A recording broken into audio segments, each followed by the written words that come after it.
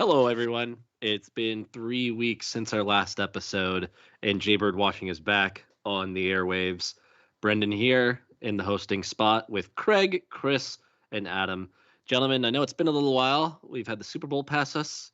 Yesterday was supposed to be the start of training camp unofficially with pitchers and catchers reporting to facilities. How are we feeling these days about post-football world and a lot of uncertainty around baseball, or just give me generally how you're feeling too. Empty. I do. Pretty much. What do I do with my hands? Yeah. Just don't have anything. I got nothing. It's like we're stuck in limbo, and this is like it's the never-ending Groundhog Day thing of, monotony with whatever the hell's actually going on with what baseball's coming with, right? Yeah, as I was saying before we started to record, and then you guys were saying, quick, save it for the show, was that yesterday was supposed to be one of the best days of the year. I don't know about you guys, and I'm sure you're very much the same, but the day when pitchers and catchers report around the MLB, or even if it's just a couple teams that have players report, you're starting to see photos of players coming back. We probably would have seen a couple photos of Kevin Gausman in his Blue Jays uniform for the first time. And there would have been a ton of free agent signings around this time too, if a deal was struck a little bit earlier than this. And as everybody knows, there still hasn't been one. But yeah, it's the 3-week absence.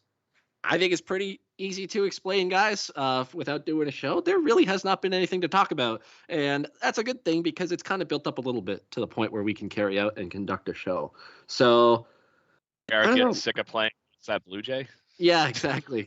I think we might have to recycle that again, probably. Like, it doesn't seem like they're anywhere closer to getting a deal since the last time we recorded. But I don't know, Craig, give us a lay of the land and what you think in these days about, especially Saturday, because Saturday seemed like such a pivotal moment for baseball to make some progress. The owners and the players last met on Saturday, and I believe the session lasted under an hour again, like 45 minutes. Seems like it's getting like a minute or two longer each meeting. I guess that's sort of progress, and a couple minor things that could move the needle eventually. But Craig, I'll straight up ask you, how optimistic are you that we are going to be able to start the season on time?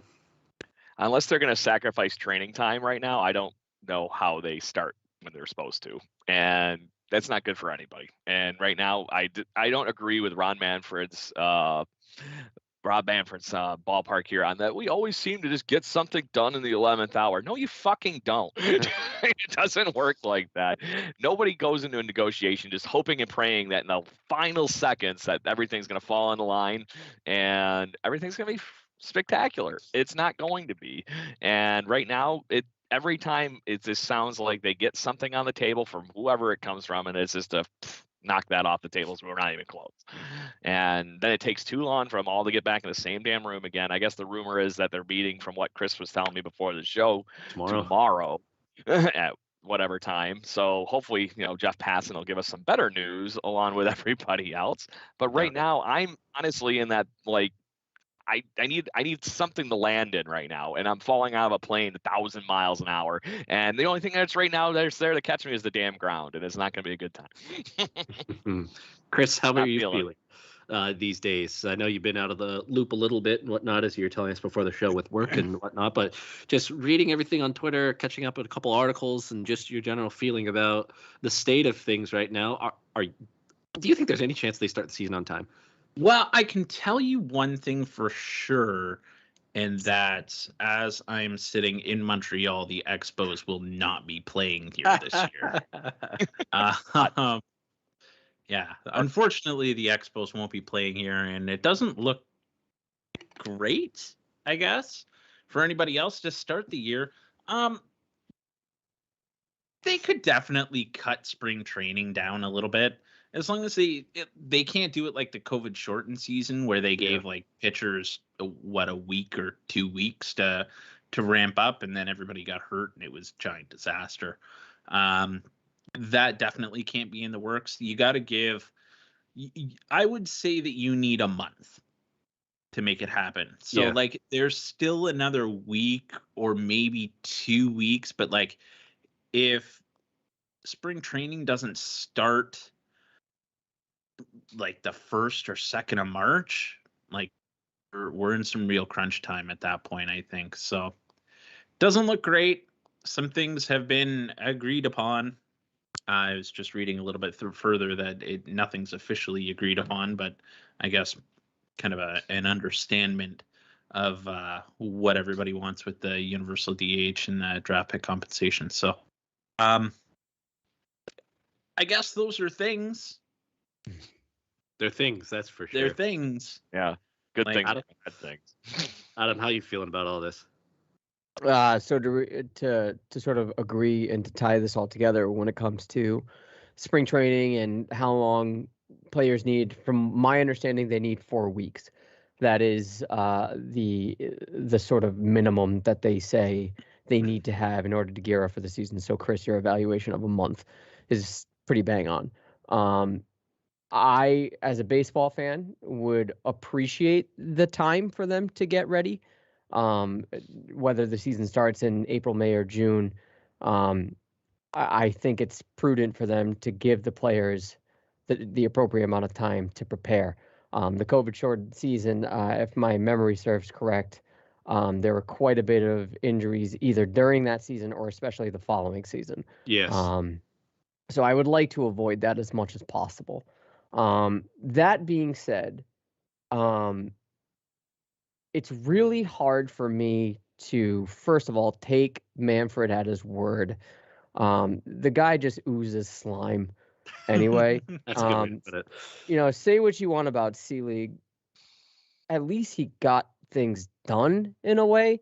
I know there have been strikes, there have been, the steroid era and whatnot. There have been a lot of black eyes on his tenure as commissioner. However, I don't know that he would have allowed this. And it's really hard for me to sing the praise of Bud Selig too. So I don't want to wax poetically on him, but at the same time, there's just something different about this game, and it's really becoming apparent as a result of these, negotiations and back and forths. And I mentioned this before we started recording. It's going to be a little bit unconventional, my take on this, but it's come to the point now, and maybe this is just me being frustrated, that both sides have a lot of blame to go around. And this has nothing to do with compensation. I am all for players, making money. But at some point, this game that, the four of us love, we have to admit to ourselves that it's going down a bad road. And it's not just because of the negotiations and whether or not the season will start. It's just the game in general where it's trending. It's going down a bad road. And no matter what happens with this lockout, no matter how long it takes, I know the four of us are going to watch. Diehards are going to watch, no matter what. But the problem here is that baseball is becoming increasingly more resilient to having diehard fans want to participate in the game as fans. It's really, really hard for me to look forward to a season, shortened or not, in comparison to the way I used to. The last time I really, really looked forward to a season was probably 2016 as a result of 2015. Right. And before that, probably 2013, because that was the first time the Blue Jays made any mega trades to that caliber. There's a lot of blame to go around, and baseball is constantly trying to reinvent itself while holding on to this romanticism and to the nostalgia of it. And I don't know that you can do that. And at the same time try to be progressive in the analytics department. I don't think you can do both. So on the one hand, they need to figure it out. The players have to give a little, and the owners most certainly have to give a lot. Yeah. I don't think anybody would disagree with that necessarily. I think we're all on the same page. The last time we talked about this, and this was probably right as soon as the lockout began and right before Christmas and whatnot, that we're all pro player in this. But it does seem, as the longer this goes, the owners will show how selfish they've been in this and how reluctant they've been to give some stuff up. They've robbed the players for a while now. The last bargaining agreement was very pro owner, and that's why they want to keep it that way. They got to give something. The players also have to give something at the end of the day. In relation to the delay of the season, the last thing I read was that if there's not a deal in place by February 28th, then opening day will be officially delayed How long? I'm not sure. And then you got to factor in the fact that there's still a ton of free agents out there and some really, really good ones. And there's a lot of unfinished business when it comes to trades. Like, I think we all expected if free agency in trade season was able to go on another, I don't know, 2-3 weeks, I think the Blue Jays would have made another maybe 2 or 3 additions, maybe one major, a couple minor-ish or good additions. There's a lot of teams that aren't done their off-season shopping. So you got to factor that into the equation too. I don't know. If I gave a confidence rating on if the season will start in time, I'm 0%, to be honest. I don't think it's going to start on time. It's supposed to start May 31st is when the Blue Jays are supposed to start their season at the Baltimore Orioles. So I'll go reverse order this time. Adam, if I gave you an over-under of, let's say, 110 games played this season, as where things currently stand right now, are you taking the over on that or are you taking the under on that? Just to clarify, the season's supposed to start March 31st, right? Yeah. Okay, you said May. I was like, yes, whoa, right. wait. March. I mean, I mean, it might actually start May 31st. Yeah, so you never know. you really might be predicting something here. Oh, I would have to go. I would have to go the under. I'm not even sitting here thinking that's a hot take. I might go, and you know what? I wouldn't mind that indefinitely. What, 110? Yeah, That's too short. but 162 is too low. How many did we It's- get for the COVID? season? Was that 60? 60. And 60 was like a sprint. Yeah, 60 sucked. 60 sucks. That was almost. 60 was like I was done and over within 3 seconds. I'm No, I sorry. know, but at least we were excited about that because we legit had nothing else to do. There was no vaccines. There was nothing. Like you could sit Correct. outside at a pub, but that was about it. So we were excited for that. I don't think we'd be as excited for a 60-game season as we were in 2020 going into this year. Now that things are pretty much open everywhere. But anyways, Yeah. if you're taking the under on that, if you I'm had taking the under. Yeah, if you had to give a number, what would your number be for what you think it'll be? 100. Ooh, you 100, it's gonna I be think. that bad. I think so. Look, it's not just out of the negotiations. Like, remember what happened last time with COVID? And obviously, that wasn't a lockout situation. That wasn't a strike or anything. It was because, of COVID. Yeah. Manfred was like, I'm more confident than ever baseball's going to start on time. Then literally a week later, he was like, there's Sure. a good chance we're not going to have a season at all. Like it was flip-flopping back and forth. So what he's saying in this presser about optimism that the season's going to start on time, I don't buy it. He's at lying. all. He's lying through his teeth. And that's just it's a PR. And of course, Yeah, that's but his job. he has to say that though. He has to. It's He his has job. to. It's his job. He PR can't really. say we're going down this slippery slope and the season's done. Like he can't go No, up but there he and can say say he can be honest and say it doesn't look good. It doesn't No, look yeah. good that the No, season's he going to can't. start on time. no, He can't. did it already. He did it during COVID. He said, "I'm not confident we're going to have a season at all." Yeah, but Yeah. that was a different circumstance though. That was because he had something to fall back on with COVID. The only thing he has to fall back on is himself. And So the I owners wonder who he works never, for. ever I say wonder- that. Throw himself under the Yeah, steamroller he's is not- what you're saying. Yeah, he's not going to throw himself in the owners You're under right. the bus. Well, You're right. that's what I'm thinking. And I'm not saying that's right or wrong at all. I'm just saying, Right. like It's from his an job. optic standpoint, he can't do that. Right. You're right. You're right. Chris. So can I be this guy? Just Yeah, ask to go make ahead, the Chris. terrible joke, or I let Chris run with this. Yeah. He's got about as much credibility as that guy Walter Peck from Ghostbusters, yelling and screaming at the Ghostbusters. There's a reason his name was that close to Prick. Just saying. That's a good comparison. And I'm just saying that actually. because I watched Ghostbusters over the weekend. And Fresh in your mind.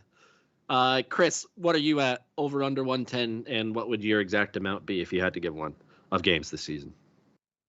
I'm a little bit more on the optimistic side because I'm still holding on to the belief that and I'm not even. I'm only trying to fool myself, to be honest. Yeah. I'm still gonna go on the over, but like Adam, with your 100, that would mean that a deal would have to be struck like End of April. end of April, all of May yeah. for spring. all Yeah. of May for spring, and then at some point in June the season starts, Yep. which almost sounds right, I'm going to say, but I'm still going to go on the over because I'm holding on to hope that this sport that so actively wants to shoot itself in the foot Smart stuff. every step of the way is they can't do it to baseball. No, they can't. Both The sides, damage is done. but it's not done yet. It's not done yet because they haven't missed And- games. As soon as they miss games, they can't allow that to happen again. They're going to lose so many fans. Yes. Because like basketball is like growing exponentially right now, especially with youth. Yeah. Soccer's becoming massive in North America. MLS is going to gain from this 100%. Yeah, of course they will. I'm not going to go as far to say as CFL will, and like NASCAR's Well, obviously see the Rocks hype massive speech in the other States. night. The XFL is going to be the next biggest I thing. was just going to say that, and I think that is legit because the XFL is from February to June, and I swear that is going to be a huge competition for baseball. You laugh at me now because it's the XFL, but anything The Rock touches turns to gold. Anything he touches is successful. Everything. And I'm telling you, people would rather watch football than baseball if it meant from February to June. Oh, I do have one mention on that whole thing, though. Apparently, Roger Goodell's a good fan of this show because he stole my fucking idea with The Rock. Oh, yeah. That was my exact idea for the Toronto Blue Jays. Finally return to Toronto. Yeah. Hey, if Roger Goodell listens to this podcast, hook us up with some tickets to some games next year, or come on our show, or we'll just rebrand to an NFL show because apparently they love their fans. Yeah. Craig, what are you at over under wise? I'm over, but I'm erring on the side that history is a wonderful mix of repeat. And this is 1995 all over again, where the owners finally realized that, hey, you know what? Maybe we need to finally actually work together. In 1995, they had a 144 game season. That'd be I'm nice. thinking that is somewhere closer in the 140, 130 ballpark because I'm calling right now. From the news that we're talking about here, boys, I'm sorry to say we're going to be playing shitty damn trivia games for another month. 100%. Yeah. I think that's where we're at. I really do. And if they're gonna miss games, it's gonna light a fire under one party or the other's ass. Oh, for sure. I can't tell you right now. I'll give you a 50-50 on which party that actually is right now. Won't be the owners. They're not going to miss anything. They're all rich enough to be able to be like, hey, we can't play. It's just like last year when the players had to make, or COVID season, it was more so the players who made concessions on taking less money. They originally wanted to get paid their full salary for the 60-game season. That was a little bit ludicrous for only 60 games, but at the same time, owners have well enough money for that. So I think they're going to wait on the players to concede something, and that's probably when it starts to miss games. TV advertising shit that's come out since that whole thing. The fact that the players took a pay cut and somebody else made record advertising money. There's kind of some fun writing on the wall. yeah, there really is. And look, I'm over as well, but it's not much more over the 110 mark. I would be happy with 120. I'm thinking maybe in between like 120, 130, right around there. Kind of where I was. That'd be nice. But I think we can all easily see a scenario where it is under 110, maybe even under 100. And if that's the case, I'll be, like Adam said at the top of the show, I think we'll all still watch. We'll all still cover it. We'll all still produce content about baseball and the Blue Jays. But I don't think anybody's going to be particularly happy about it, because if that's the case and you have another shortened season, I know nobody saw COVID-19 coming and disrupting 2020 the way it did. But one full season in 3 years is unacceptable. It is completely unacceptable. I'm sure you already lost some fans during the COVID shortened season, and then it came back last year and it did pretty decently well. People were back, and I think a lot of that was because people were just excited to do things again and go to games and have fun social nights out. But if you have another shortened season, Chris, you started going down that path. NBA will gain from this. MLS will gain from this. The NFL will continue to gain from this, and the NFL is pulling away from MLB and all other sports at this point. But yeah, it's unacceptable, and we'll all watch, but I won't be happy about it. I won't be happy about it at all. It'll be kind of like, okay, I feel like I'm going back to an ex-girlfriend, a toxic ex-girlfriend at that point. But if baseball, at the end of the day, it'll be baseball. Yeah, I don't know. It's tough, guys. It really is tough. But there was a little bit of, I'll say, progress this past weekend, and it's not even really progress, Chris, as you were alluding to at the top of the show. Manfred said on Saturday that the league had agreed to, and this is just owners, it hasn't been officially agreed on by both parties, but I can't see the Players Association turning it down. There'll be a universal DH. I think that's fantastic. Gives more hitters later into their years a job. Like if Edwin Encarnacion didn't play last year, he could have with the universal DH. And the elimination of draft pick compensation attached to free agents who reject qualifying offers. So, Chris, you were the middleman on both of those first two questions. Do you think any of these kind of move the needle a touch? No. They do? Which one? That No. was fast. No, because we all knew that it was coming, and both sides knew it was coming, so it doesn't mean anything. I think the universal DH I agree with. What about the removing draft picks associated to free agents who reject qualifying offers? Because that weighed players down on the free agent market, and it scared some teams off from paying them. Yeah, but that helps both sides, though. True. So, like, it was going to happen anyway. What I'm really interested in, this is going to take things to a completely different side, and before I forget it about 3 times again, when you were talking about like the free agent frenzy that's going to happen, how many of these guys, if it is a shortened season, just say screw it, not playing? Oh, probably a couple. Depends on the contract. Like, what could you see? How do I could see somebody like Carlos Correa saying, no, I'm not dealing with it this year. Depends on the contract. What if he gets a 10-year? What if it's not what he wants? Now remember, Carlos Correa is with Boris.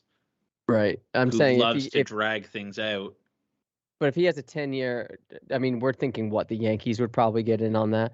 If he gets a 10-year deal from the Yankees, I can't see him turning that down. That's security. Yeah, but if he doesn't think that the dollar, because everybody's going to lowball.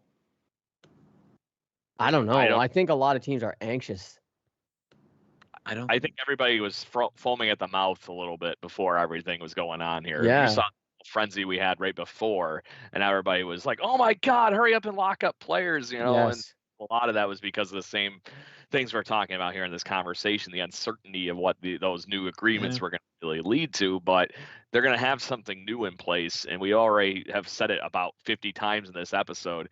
As much as we want to see the players get paid, the owners are going to win at the end of the day. So there's going to be something in the midst of this whole thing that is going to keep the status quo just enough to the point where they're going to just go back to okay, great. Oh, great. Carlos Correa doesn't have any draft pick compensation. Giant brick of money. Yeah. At least that's where I see it, but what do I know? I'm not so sure. I think that there's definitely some of those guys that wouldn't want to be rushed into a contract no matter what the dollar figure is, because the next offseason, the dollar figure is only going up. Mm-hmm. I think for high profile players, I think you're right, Chris. You're right. With someone like Correa, I think it could go either way. But for it came someone out today that Soto, sorry to cut you off, but it came out today that Soto turned down 13 years, $350 million. Yeah, and that's because he knows he'll get a bigger payday if he gets it next year. Yep. Right. So maybe the higher profile players might have that sort of leverage, but if you're just a journeyman dude, you got to take what you can get. You got to take what you can get. Sure. All relievers that get a contract offer will take it. All kind of middle of the road guys will. But I can see the maybe a superstar or two waiting and be like, no, I'll just wait until we get a full season again. Right. I don't know, Adam. Because then if it's a shortened season, they're going to have to figure. Here's why they can't go into this BS of a shortened season. It's because it's going to be the whole COVID thing again of what are we paying the players, and like it's a completely separate friggin' negotiation then of how much they're paying and how much the players have to give back and how much can they. Is the push salary money prorated? And defer and prorate it? Like it's another negotiation on top of the one that they already have to figure out. And let's not forget that if the owners wanted to do it, and the players definitely wouldn't because it would subdue any kind of leverage they have, they could play games anytime right now. Yes, with They, shit they, talent. they could just carry on with the old contract as it stands right now until they figure it out. I wonder if that becomes an option, because I know the NFL was going to do that a couple years ago when they had their most serious lockout. And there's been The talks of players other wouldn't do it. No I doubt way. it too. I 100% doubt it too. But if that's a possibility to get games in and make some money, then They can do it with minor league talent. yeah. If you want to keep fans, you got to it's try an option. For But- fans want to see that though? Like if players No. aren't gonna do I it- mean, play with the under the old contracts scenario. under the But- old CBA. Yeah. assuming Mike players just would got agree to rid of that. idea. Yeah, players yeah. would have to agree to it. Yes. Yeah. I haven't seen anything on that yet, but I wouldn't be surprised if it's brought up as an idea or an option. Like, I don't know how it works. If like, I'm sure you're able to, but yeah, I'm not sure. So my world as an engineer, just to give you this, guys, because a lot of times we'll sell something, right? And it's this idea and it's going to do X, Y, and Z, right? Well, you might be able to prove that it does X, Y, and Z before it goes to said customer, right? While we're in the approval process of everything, right? The customer will come in and check out things and end up like, okay, we're accepting this equipment to be installed and ready to go with things, but with these things are going to get done before we accept it at our job site. So maybe this is one of those things that during spring training, they have half to 3/4 of this stuff. These are the non-issue things. These are all agreed. Let's go to spring training. The players union continues to meet through spring training. These things will be figured out by X date. Otherwise, things We're not happen. playing But anymore. something moving, and they Right. have to get to that point right now. This whole nonsense of the fact that, oh, sorry, we're just going to lose games.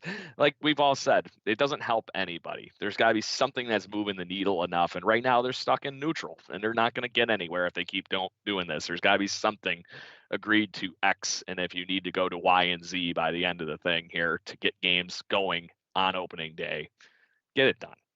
Well, it might help to look at the calendar real quick. So we're all in agreement, and I think the players have either officially or unofficially or what have you have agreed, and we've already covered this 4 weeks. Okay, so that would mean they would have to start spring training no later than February 28th. That's the last day of February, the first week of March. Okay, Yeah. and then that would go right to March 31st. Okay, so that's pretty much 30 days. We'll call it just around that. Let's kiss this week goodbye. It's not happening. No. That would mean next week there's an agreement in place. Next week. I don't see that happening. No, So it's not I think happening. starting Even with Manfred's bull at BS, you don't see that happening. And like, No. it's not like there's going to be an agreement and next day spring training opens. Like they're You're gonna right. have to give There'll be a guys, little bit of a they're buffer. going to have to give guys a couple of days to get. Like camps probably could open. Teams probably have people down there and whatever ready to it's go. voluntarily or something. Yeah. Yeah. And to that point, the players union rep for the Toronto Blue Jays, at least, Ross Stripling, has been adamant about having the players ready for spring training. And he's been advertising that as such. I don't know how much everybody truly actually believes it, but the fact that that word has been sent out and that is the gospel at the moment, it means to me that they think something could happen, but is it likely? Right? I don't see it. I don't see it. Was that? Wasn't that a couple weeks ago that went out Yes. there? 2 Yeah. weeks ago. Yeah, I don't see it. And this is like they can't go to Dunedin. Their staff, the Blue Jays staff, training staff, cannot legally talk to Blue Jays players. They can't. This is why we speculated why Bo Bichette's dad, Dante, is not with it so that he can speak to his son. That's Hey, let's go yeah, grab and some that beers and do that. did you guys listen to that interview? No. With Blair and Barker. Yeah, it was basically so they could talk. Right. And it's ridiculous the fact that they even had to be in that ballpark. But they also brought up this sneaky point. What if it was so they could use that as an excuse to let Dante go around? Because Bo did say as well that he's been around Florida and meeting with Gurriel, with Teoscar, with Jansen, with a bunch of other guys. What if it's so these guys can work with Dante on the side? Sure. Hey, I wouldn't be shocked. Yeah, do it. Yeah. Competitive advantage. Yeah, if you exactly. want. Like everybody has that same opportunity. Obviously we don't have every team doesn't have the crop stock of ex Major League Baseball players with sons on our team like the Toronto Blue Jays do. But yeah. It's look. My issue with this is, not just that it's a bad look. This is I'm telling you, I am very worried about the future of baseball, man. I really am. And I used to defend this sport to the death when people are like, it's boring. It's getting it's harder. not, it's getting so hard, dude. It's like defending your favorite TV show that had the shitty, like Lost. It's like defending that show with the shittiest ending of all time, and you're just like, no, it was a good show. No one believes you. This is I don't know how it is up north where you and where Brennan and Chris are, like when it comes to people, or rather kids, on baseball diamonds. When I was growing up, and I know this makes me sound like old man yelling at clouds, even so much as like a decade ago, there were kids every weekend cramming those diamonds empty. And it's not just because of the lockout. Empty. There is no interest from the kids. And and Chris, you touched on this, and the NBA is becoming much more popular now with the kids, right? And right now baseball is trying so hard to bring in fans by giving them less of a product. That's what's pissing me off. Is they're literally trying to give you less to make you interested. And to me, it's just easy. And again, this is where I think I'm going to piss a lot of people off. The nerds ruined this game. I'm just going to say it. The analytics, the nerds, the money ball ruined this game. I understand it has a place. So upset with you right now. I don't care. I I'm not understand watch Moneyball anymore. There's a place for it. I understand it benefits a team strategically.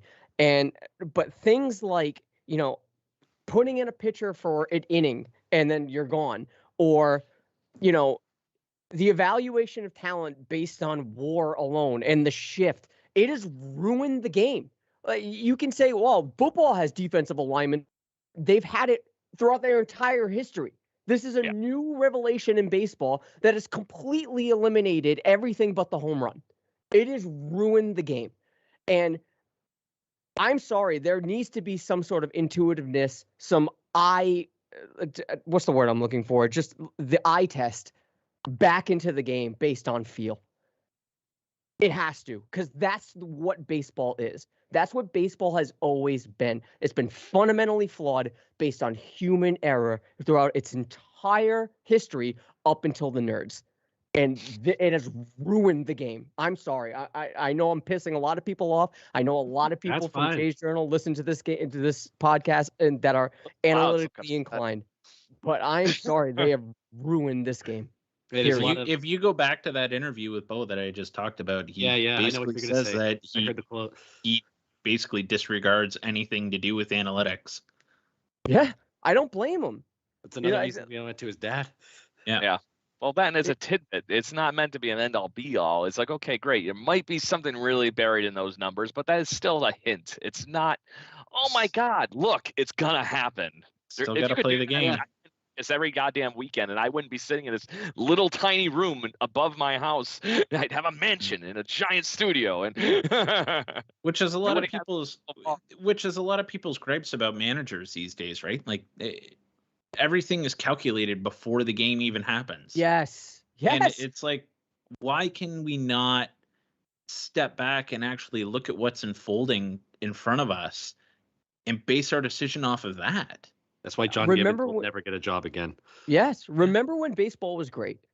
And I really believe the year it died was probably 2016, 17. This sounds like the beginning of a Trump 2024 I was campaign. That would make baseball great again. Make baseball great. That's really when it died, dude. And it's eliminate the shift. Eliminate it. The reason why the NFL will always trump baseball, and I don't mean to use that term, like I know we just talked about Trump, but like the reason why it'll always be over baseball is for players like Josh Allen, Patrick Mahomes, Joe Burrow, all these players that are exciting to watch once a week. This is why I think the game needs to be shortened, because I, as a father of two, cannot dedicate the time and put the investment in to do 3 hours every fucking night. You're not dedicated enough then. I can't do it. I can't do it. I have to put my Damn kids. him for being a good father and there for his children. I have to. I want to play with my kid. I want to play puzzles and tea parties or whatever with my daughter, just so she has the memories. But at the same time, if I throw on a baseball game, she doesn't want to fucking watch that. What if it started at 6:30? Yeah, come on, 6:30. Just say this is Mr. 6:30. I would try. Don't get me wrong. I would try. It's not about staying up late. It's the investment of the time. Whereas football and basketball, even who have games like 3 times a week, depending on your favorite team, you can make that commitment. You really can. Sometimes I feel hockey and basketball are on too much, yet I love watching baseball every night. The basketball game itself is on every night, but the Raptors only play on average 3 times a week. Yeah, that's too much. It's baseball. Maybe it's how you're consuming. Baseball is great every day when there's a storyline in a series, though. Yes, when Yes. something that matters. Like the Yankees not series even at the something end of that the year. matters. You know what? I'm saying more the one in Tampa when Kiermaier took the card. Okay, but it's something. And that's even a division. Like, like that. It means something. Whereas I don't care to watch Blue Jays Pirates. Like, I mean, I do care because it's my favorite team. But like, there's nothing there, and there's nothing going to be there. They played. They're supposed to play each other this year, Adam. Are you going to watch? Yeah, of course I'm going to watch. I'm saying, as a diehard fan of the team and the game, I will dedicate myself to put in the effort to watch. Kids or like we are the last of a dying breed. Brendan, you specifically, your age group is it, dude. Kids younger than you are not going to care. They do not want to put the commitment to watch a game of largely inaction for how many minutes of action is there really in a baseball game? 20? Maybe? I don't math. Maybe. See, it's retention. It's the problem is retention with kids, and I can say that doing what I do with air minor softball is that we have ridiculous numbers for the size of our community in our town. Very small town. In like the 4, 5, 6 age group. It's after that it fizzles out. It's trying to figure out a way to keep the kids captivated and keep the kids interested at those ages where they start to discover different things and they're not influenced by parents. It's attention span, right? It's very, very tricky when and it is hard because like baseball's just one thing and like we love it and know it and everything. But like as an 8, 9, 10, 11, 12-year-old, you got a hockey game you can watch. You got a basketball game you can watch. You got why would I do any of that? You got Go Teen Titans to watch. You have Marvel to watch. You have Netflix. You have Disney. You have Crave. You have God knows iPads, YouTube. You have everything to choose from. So overstimulated. It is and that's it. It is for them. So baseball needs to find a way to captivate that audience. Yeah, eliminate the shift. I'm telling you. Can't more often. Like market cool players like Mike Trout and Vlad. Eliminate the I shift. still don't understand that. I'm not completely opposed to eliminating the shift, Adam, but like you still have to have freedom within the field. Like I don't mind 2 infielders on each side of the infield. Fine, but you can't have 4 infielders lined up between first and second. You can put them. What about 4 outfielders? This is a really lame thing to say, but like teach the hitters to hit again. Okay, or teach the field, like get it done. Like, I'm sorry, get it done like you used to. Don't rely on moving your position so drastically that we have 4 outfielders. That is fucking ridiculous. I'm sorry, that is not my baseball. And I know I sound so old. I do. But like that is, you don't put a third baseman between second and first. You just don't. If anything, at the point, I think you need to be relative back to the ballpark of relative to your position. If you want to play your shortstop right up the middle, fine, play it up the Sure, middle. But then once they yes, go yes. past the keystone there, that's maybe the problem. Where's it? You draw those lines, figure this out to Adam's point, and then go from there. The DH thing is going to help with that in the National League, so that maybe they Yes. finally Yeah. hit one thing right. Yeah. But that's one win with 5,000 losses in the last 10 years. Oh, let's start with a runner on second base in extra innings. Yeah, that pisses me off. Maybe we can lose a football game from a coin toss while we're at it. Yeah, oh, damn it! It's See, I don't mind the runner at second. Yeah, I would. I don't. Be okay with I don't hate it.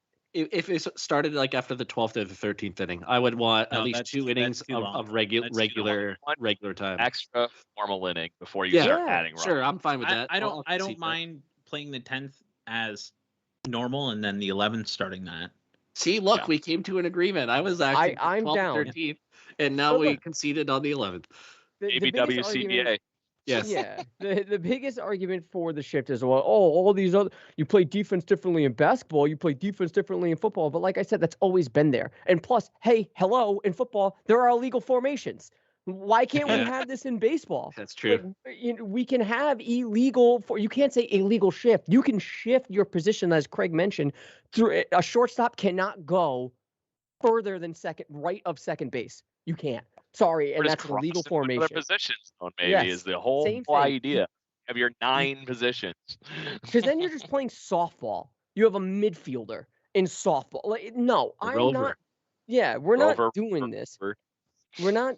You have that 5th infielder in softball because people like to try and bludgeon the pitcher and take their head off. So the way to combat that. You want action. That's what kids want, is action. And right now with baseball, there are less hits, more home runs, and that's not doing it. You got to put the ball in play. The ball has to be allowed to be put in play to have more action. It's not the time of the game. Football is already 3 hours long per game, and people can sit through it just fine. It's not length of the game. It's the lack of action. That's it. It has nothing to do with, in terms of a fan's perspective, of who's getting paid what, how many players are getting what benefit. No one cares about that except for the diehards. If you want to bring in kids, you have to make it captivating, as Chris was saying. You have to get their attention in there. And if people are just hitting grounders to the second baseman that's playing third for some reason, or playing in the outfield, and it's just outs after outs unless it's a home run. I mean, how many? I would like to know how many doubles were there last year in comparison to previous years. I bet you it's dropped.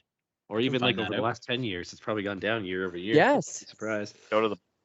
Well, I'm glad that they're not bargaining over rule changes right now too, or else, man, we'd never get anywhere. Manfred's just gonna be a dick to make those. That's how it is. I said, Walter Peck. So I know we I don't even remember how we got down that rabbit hole, but I'm gonna try to steer the conversation back to CBA You're stuff. talking about the length of games. Yeah, okay. Seasons, All good though. I want to ask you guys, I know we started talking about this right as soon as the lockout started, but I want to know if anything's changed for you guys. Let's start with Craig on this one. Craig, what do you think is the biggest concession that the owners are going to have to make in favor of the players to get some legitimate progress? Like, in my mind, it's one big thing that needs to change on either side, and you will finally make some progress. Your labor sessions might go on for more than an hour. They might go on for a couple hours, or you might meet a couple more times throughout the course of a week instead of just once or 6 times or whatever the stat was since the lockout has started. So, Craig, in your mind, what is the biggest concession the owners have to make to see some legitimate progress in these talks? So I'm going to say it's 2 things, because one, they actually have to live up to because they promised it mid-past season. And it sounds like all of a sudden it's in debate again. They promised minor league housing for players, period. Mm-hmm. And now it sounds like that a bunch of people have punched holes in the whole rules, and it really is just a lot of bullshit that the teams can still slip through and not give housing to the lower single A guys and stuff like that. So they have to make sure that gets ironed out. And then the other thing revolves around that same kind of player. How do you get young, talented players some kind of a reward for doing their job well? Guys, everybody in this podcast and every freaking Canadian American, anybody that has ever been an employed person, period. If you do your job well, what do you expect to get in pay? Yeah. And so it's not rocket science. Like, it is literally human nature. And to that point, I'm sorry to say, hearing what I hear when Vlad Jr. is making what he did last season and was basically an MVP on any level in a world where Shohei Ohtani doesn't, exist. Yeah. Yeah. And so the guy should be making some kind of a profit after that kind of a season. For sure he should. And there's got to be a way that they've been talking about in the midst of these negotiations, and a lot of it is a bonus pool. That bonus pool is a one-time payment for you doing your job really, really well. It's not a raise, is what I've been hearing. It's literally just, like I said, a bonus. You were the best player out of all these rookies or young players that are pre-arbitration eligible. You get this piece of that bonus pool. Somebody like Vlad Jr. obviously is going to take a little bit bigger piece of that prize pool versus somebody that was, let's say, a one-war player in that pre-arbitration. Like, okay, great, you get an extra couple $1,000. Go buy yourself a nice watch. Yeah, Whatever you tier your prizes based on what it is. Yeah. They have to figure that out, and I think right now that is the biggest holdup right now, because that has been a giant gripe for many, many years in baseball, and it's only become more prevalent in the new world that we live in, where basically rookies show up and guess what? They rake. Yeah. It's the whole let kids play thing, and that's back to what we were talking about, marketing your youth and doing a good job with your players and everything too. So in all reality, it's a win-win situation. You pay those players to do well, and they'll be incentivized to become one of those guys if you're backing them up through Major League Baseball to actually, guess what, put more asses in the seats. New kids are fun. Adam, what about you? Is it anything different than what Craig just said? Yeah, it's on the same lines though, but I think the bottom line is revenue sharing. Mhm. Players need a bigger piece of the pie, period. And if the revenue goes up in terms of TV contracts, in terms of merchandise, because let's not forget merchandise is split up between 32 teams, right? So if you buy something like Chris, your Toronto Blue Jays hoodie, that was split between 32 teams. Like the Blue Jays don't make that profit directly. That all 32 teams get a cut of that. So revenue sharing based on merchandise, everything. Players get a bigger piece of the pie. I'm not saying necessarily bigger than the owners, because as Craig alluded to earlier, that's never going to happen. It's just not. But let's be real. You want to make a fat contract negotiation with the stations, like the local TV stations that are doing games like Sportsnet or here Nesson or whatever. If that continues to go up, the players get a bigger piece of it, because what are people watching when they watch? They're not watching the owners. They're watching the players, period. So that needs to go up. Watch fat guys rolling around a bunch of money. Yeah, like there needs to be a set percentage, or rather there needs to be a baseline minimum, and it needs to continuously go up year after year, even if the percentage is just based on cost of living in relative to them, right? So I don't know, maybe like a 1% or 1.5% increase every year. Because the contracts are just going to continue to go up. The owners are going to continue to make more based on merchandise, based on television contracts, based on ratings, what have you. They're going to continue to go up. So if that happens, then the players continuously get more and more split evenly among them. Their baseline salaries continue to go up more and more, whether it's just a percentage and a half, maybe even two. Something needs to be agreed upon. But I think that is the biggest gripe between players and owners is revenue sharing. Chris, what was the question? I've been deep into you trying to answer Adam's question. So do you have anything about the doubles thing? The doubles? Oh yeah. So I compared 2021 and 1998. Just because the game was quite a bit different then than what it is now. For doubles, in 2021. There were 7,863 doubles. In 1998, there was 8,741. So I wouldn't say substantial, but it's a good. It's over 1,000. Yeah. Yeah, I have it down. I have it broken down from Baseball Reference, because I actually stumbled upon this too, while Chris apparently took it a different avenue. It was basically breaking it down to how many doubles you had per game through the season. Right. That's a good one too. Across baseball. And the last few years it is definitely down, but to that point, is it down a ton? We're talking, it's saying we had 1.62 doubles per game, or per game. And back when you go into like the early or mid to late 2000s, you're closer to 2. And then you go back a few more years where everybody was hitting home runs in the steroid era. It drops back to, funny enough, about where it is right now. Because people were mashing. That's, Yeah. Exactly, which oddly enough, strikeouts go up when you hit more home runs. That happened in the steroid era too. Oh my God. So Oh man. the funny thing is it gets even crazier because once you go back into like the 70s and 60s and that number, it drops to like barely a double a game. So there's still more doubles going on than like the quote unquote, I was not around. baseball. Oh, I get that. Do you know what? Think of the hitters back then. Rod Carew, Yes. Tony Gwynn in his prime, any of that kind of stuff, It's just crazy that, you see that. But then to that point, you're hitting 9,000 home runs a year and whatever it was too. It's freaking nuts.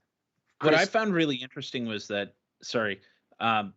like for how people are more center focused, I guess, on like OBP, slugging, OPS, and whatever. Like it's all way down compared to what it was. And it's like it shows hits are way down. Yeah. Yes. Like average it's is way down. Yeah. Like it's interesting that people seem to focus on those being the relevant of the dead stats or what have you. I guess these were all dirty words, doubles and hits and whatever. Nobody wants to pay attention to it anymore. But like, so right now on this same metric, God. Yeah, go ahead. Finish off. It shows that hits are down to 8 hits a game. Meanwhile, you have almost 9 strikeouts a game on average.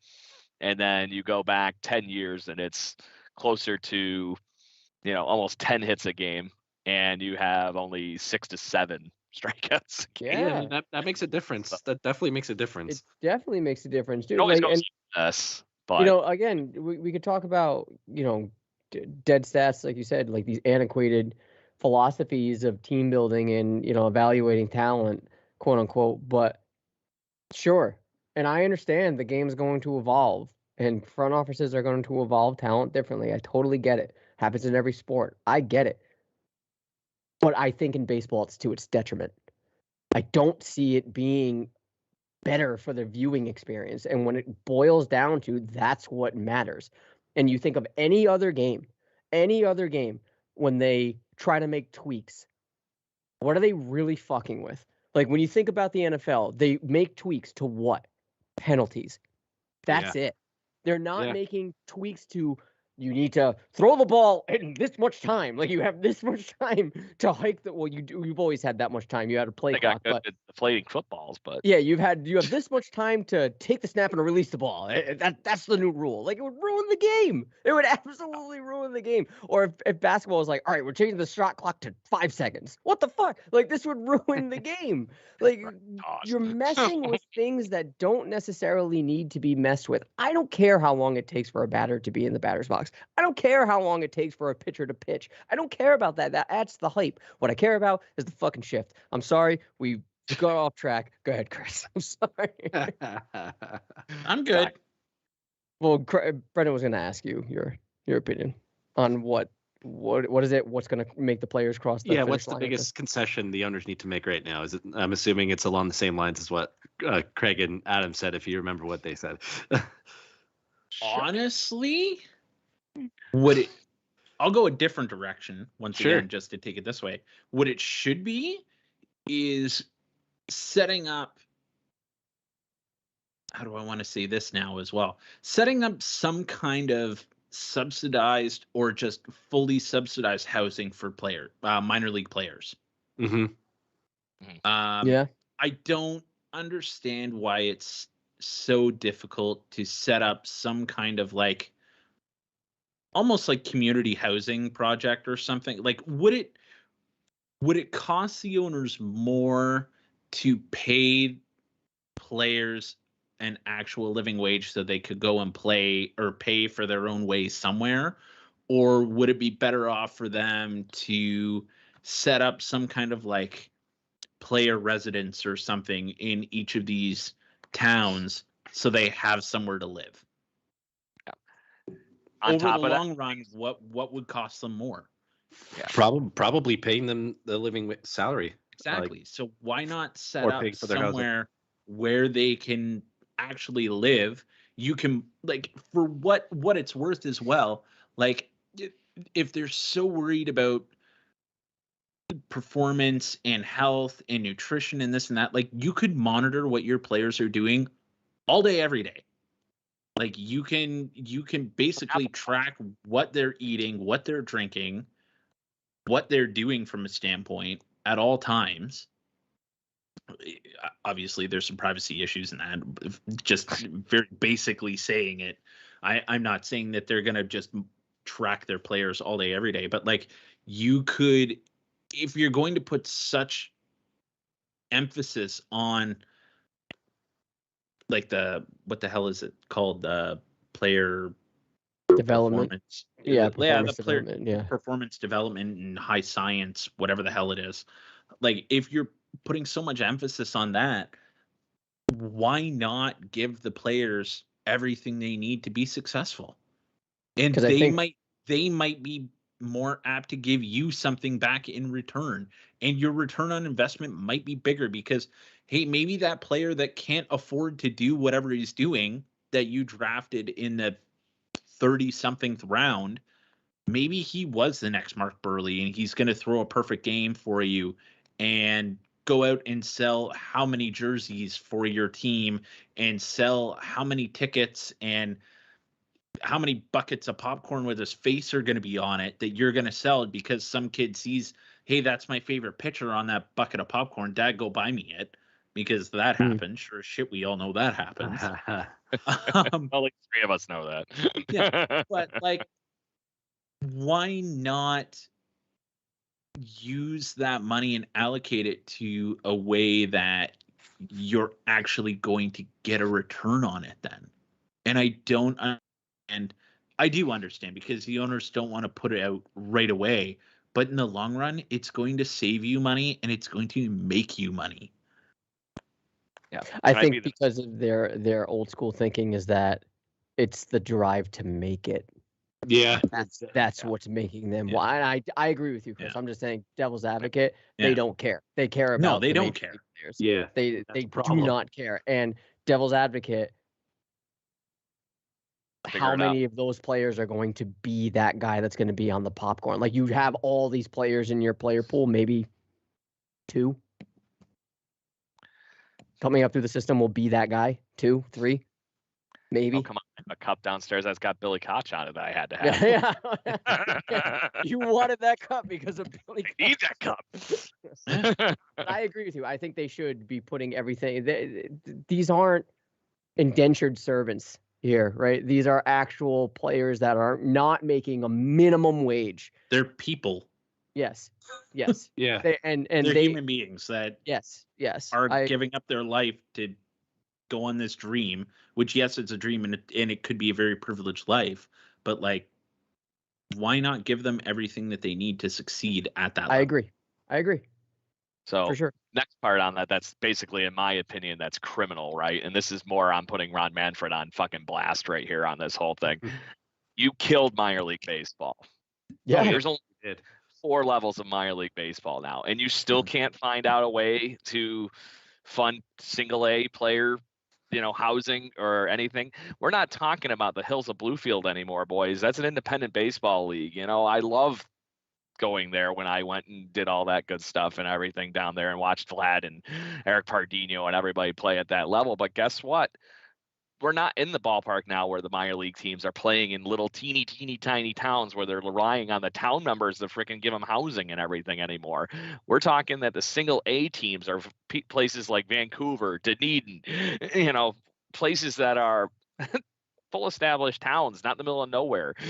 So there's no reason in hell they shouldn't be able to find a way. Dunedin's a good point. They have that wonderful, beautiful new complex that the guys are clearly going to be basically living at, but there's not a reason there can't be like Chris said, a community household not 5 feet down the street instead of doing something like that. Basically like a frat house. Let's call it what it is. Frat houses. Yeah. What's the problem here? They home together, they sleep, drink together, they come back and hang out and work out. Yeah, You it know, would have to be like an established sort of, I don't know, apartment complex, because you're talking what, like 30 guys on a team, right? So it would have to Yeah. either be split up. You can't have 30 guys in the house, dude. That'd be a shit That show. possibly talking- with families. Yeah, we're talking 30 athletes, 30 alphas in one house. Yeah, no. Haven't you seen Revenge of the Nerds? They're called the Yeah, Betas. yeah. They will, you talk about affording housing, it's also affording repairs and stuff. Like, it's just not. But I agree with you. It's There's stumped. some level to that.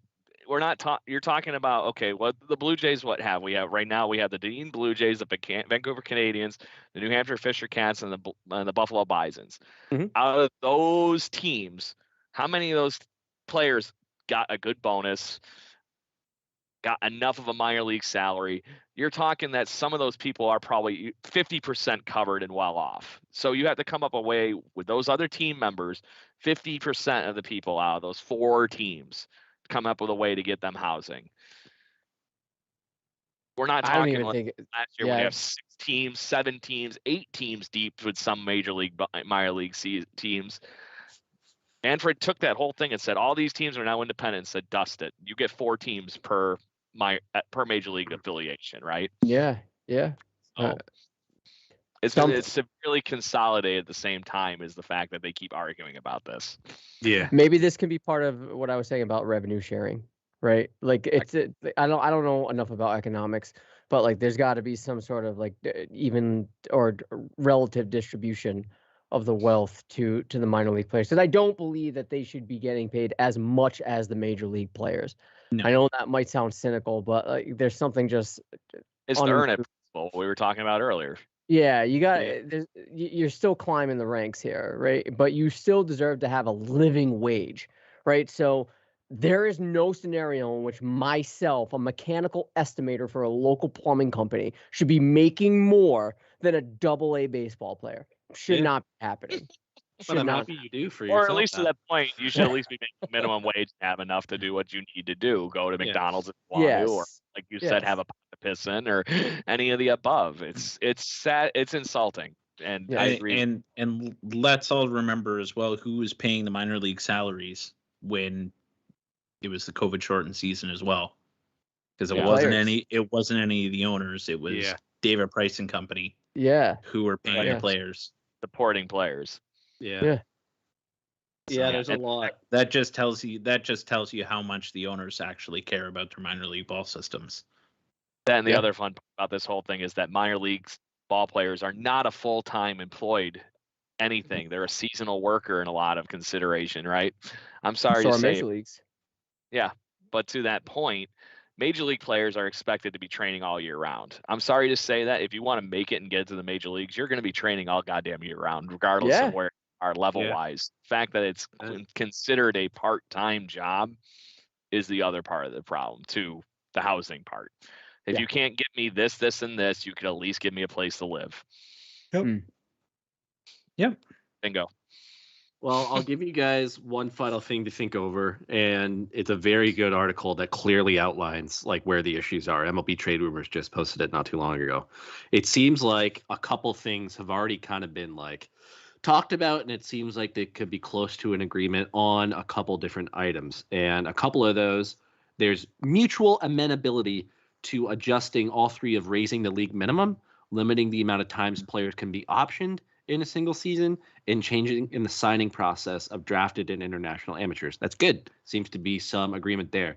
So guys, where it really comes down to, according to this MLB Trade Rumors article, is there is a disparity of about, where's the number here, 38 million in terms of how each party wants to alter the competitive tax threshold. So MLB wants the threshold to be 222 million by 2026, with disincentives that would stop teams from spending money, while the Players Association would like to see teams spend more, which obviously helps them because they could get paid better, and not punished. And I've been seeking a new tax threshold as high as $260 million. So there's a clear discrepancy there. But Split it down the middle at 19 million and call it good. that would be nice. That would be nice. And you know what? I'm sure that might be something that hopefully they can agree upon and whatnot. But it's something that one of my buddies and I were talking about. Is like, you have the Pirates and other teams have, like the Rays, have payrolls of like $30 million or $40 million, and you have teams that have payrolls of $200 or $300 million. Maybe not as high as 300 million, but there has to be a way to encourage teams like the Pirates, the Rays, and teams that are like that to spend a little bit more money and pay their good players and rebuild, do it properly. So that's definitely an issue that I think they're going to have to concede upon. But where the big thing is between the teams is there's an $85 million gap between exchange bonus pool figures. So as a reminder for those who don't know, a bonus pool is funded by central revenue, so kind of like Chris, your hoodie sales, to reward high-performing pre-arbitration players. Has been a concept agreed to by both parties, though how much these players should be rewarded is the divisive subject. The PA lowered their bonus pool number by 5 million to 100 million to be divided amongst pre-arb performers, while MLB raised their proposal from 10 million to 15 million. So there's a crazy discrepancy on how much it is, and that seems to be the biggest one. That seems, in my mind, that's what it seems to be coming down to, is how much pre-arb players should be paid and how much more they should be paid. It's great that they're making progress on raising the minimum amount for a player to get called up. It's also great that it seems like they've somewhat agreed upon a limiting amount of players' options, because that also takes away from service time. So that's good progress. But yeah, that figure has to change, and that's going to be the big one. Because like you said, Chris, I mean, I know it seems easy to us. Why don't you split the 38 million difference down to 19 million and call it a day? But it's all, at the end of the day, tied down to how much players should get compensated for a season like Vlad just had, or a season that Bo just had, when they're getting paid $600,000. Why shouldn't they get a couple million extra amongst themselves? So that will probably be the biggest hurdle that they have to cross. And if you have an $85 million gap, that's a little tougher to cut down the middle compared to a $38 million gap. So I don't know. That one seems to be the toughest to me. Talking about cars. Yeah, exactly. So wasn't part of that also how they were going to, in the midst of that bonus pool stuff, the actual shared community money for the other stuff to drive, wasn't that part of the anti-tanking stuff that they were also talking about with the lottery for the bottom 8 teams or something like that? Part of that. Yeah.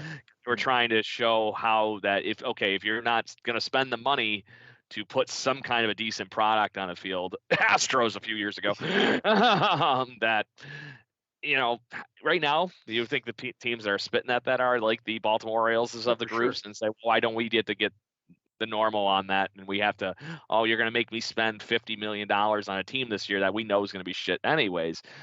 But meanwhile, they just give Chris Davis another 10 year of freaking $20 million a year. Call it a day. Yeah. Well, definitely that ties into it, Craig. Absolutely. And that's got to change too, because why would you said it perfectly. Why would an owner want to spend more money on his team when they know they're going to be crap anyways? They want to be rewarded by being terrible by getting a high draft pick. But the weird thing with that is number 1 picks sometimes rarely pan out in baseball. A lot do, but a lot also don't.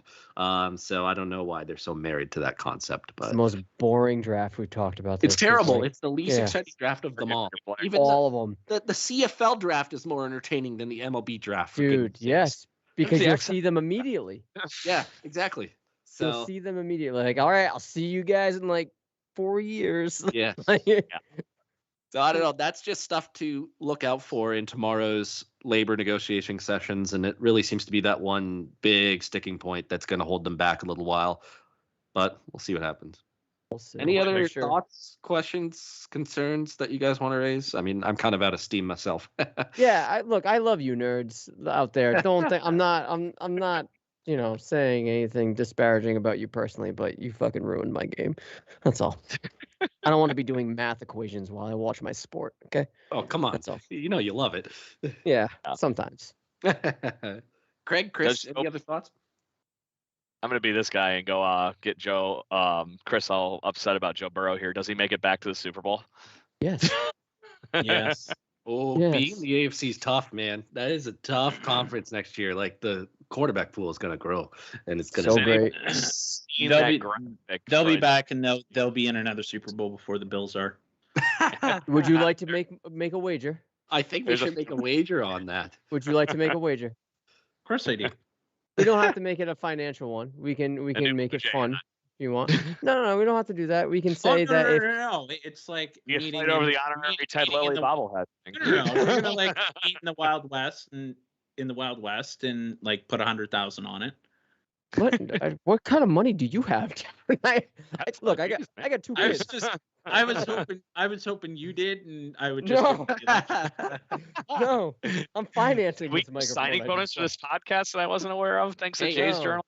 Hey, honestly, if this labor stuff continues any longer, we might have to fucking switch over to an NFL podcast. To be honest, Yeah. I think we'll get a lot more listeners. I think we'll get a lot more people commenting, and there's a lot more things throughout the course of an NFL offseason than an MLB offseason. So might have to switch it a couple times.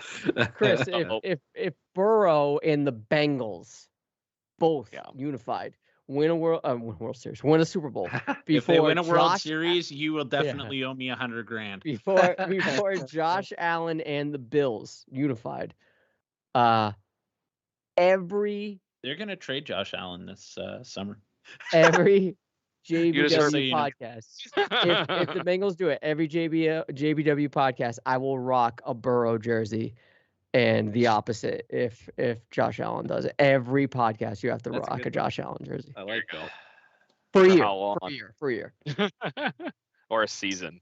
Yeah, Signed, For the- sealed, delivered. That should be agreed upon. Okay. that's easy. You just get a cheap So- DH8 jersey. Who cares? $28, whatever, from China. Who cares? I'm gonna be this guy. Did you? So now you've agreed to your wager. Yeah.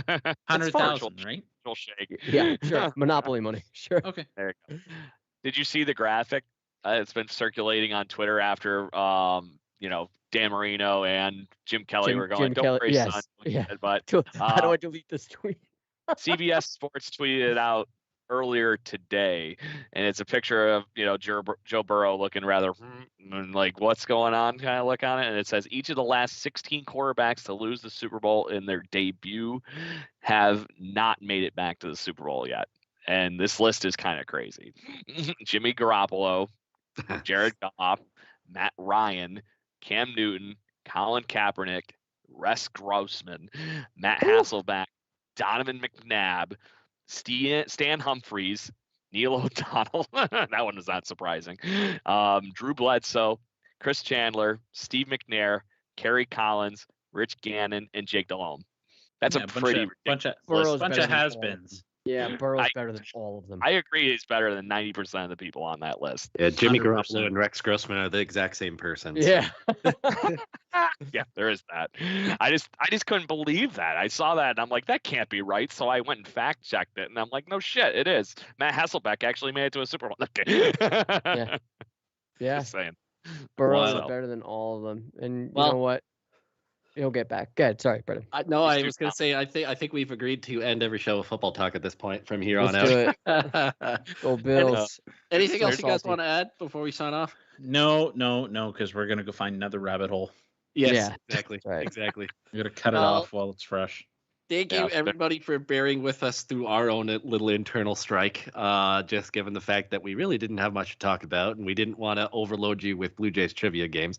You'll either probably see us again in 2 weeks, maybe 3 weeks, depending on what happens with labor stuff and how we all feel about doing episodes. But we'll be back again. Don't you worry about maybe that. we're back not going tomorrow. away. Yeah, we're back tomorrow. Exactly. Actually, we should do a live stream during the negotiations and talk about tweets as they roll in from Jeff Passan. How about that? We'll do one thing that no politicians ever did, and we'll admit that we were wrong. Yeah. Exactly. Well, you guys know where to find us. Jaybird watching on Twitter. We are the official podcast of Jay's Journal, and shout out to Stadium Scene as well. Always seem to forget to shout out Stadium Scene. Thank you for continuing to promote our shit. Any final comments or questions before we do two claps and Ric Flair? Let's roll into it. Let's do it. Oh wait, Jesus! I already said. Come let's go on, back. you fucked it up. All right, 3, 2, 1. Woo! Let's go, Blue Jays. Figured the lockout out. Yes. I was about to go get my